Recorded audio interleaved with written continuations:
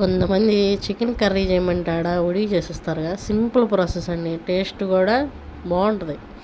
ఇది ఒక్కసారి ట్రై చేసి చూడండి, మీకు నచ్చితే.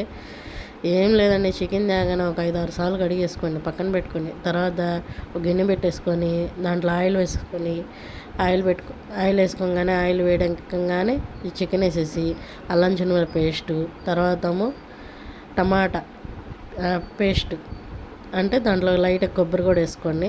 ఆ రెండు పేస్ట్ వేసేసుకొని దాంట్లో వేసేసుకొని తర్వాత ఉప్పు కారం పసుపు అన్నీ వేసుకొని ఒక 5 విజిల్స్ పెట్టుకోండి సింపుల్గా.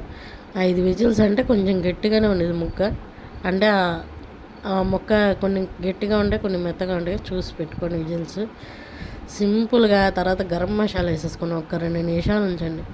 అసలు వేడి వేడి చికెన్ కర్రీ రెడీ. సింపుల్గా ఉంటుంది అన్నమాట ఈ కర్రీ.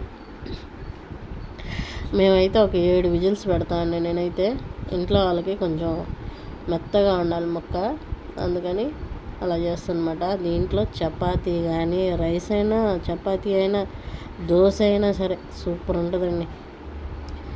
లైక్ చేయండి, షేర్ చేయండి, కామెంట్ చేయండి, సబ్స్క్రైబ్ చేసుకోండి అబ్బా. అదండి చికెన్ కర్రీ. ఈరోజు అయితే వాతావరణం కూడా బయట చల్లగా ఉంది. ఏమన్నా చికెన్ తెప్పించేసా, దాంట్లో నాకు చపాతీ, ఇంకో పిల్లలకేమో రైస్ కావాలని రైస్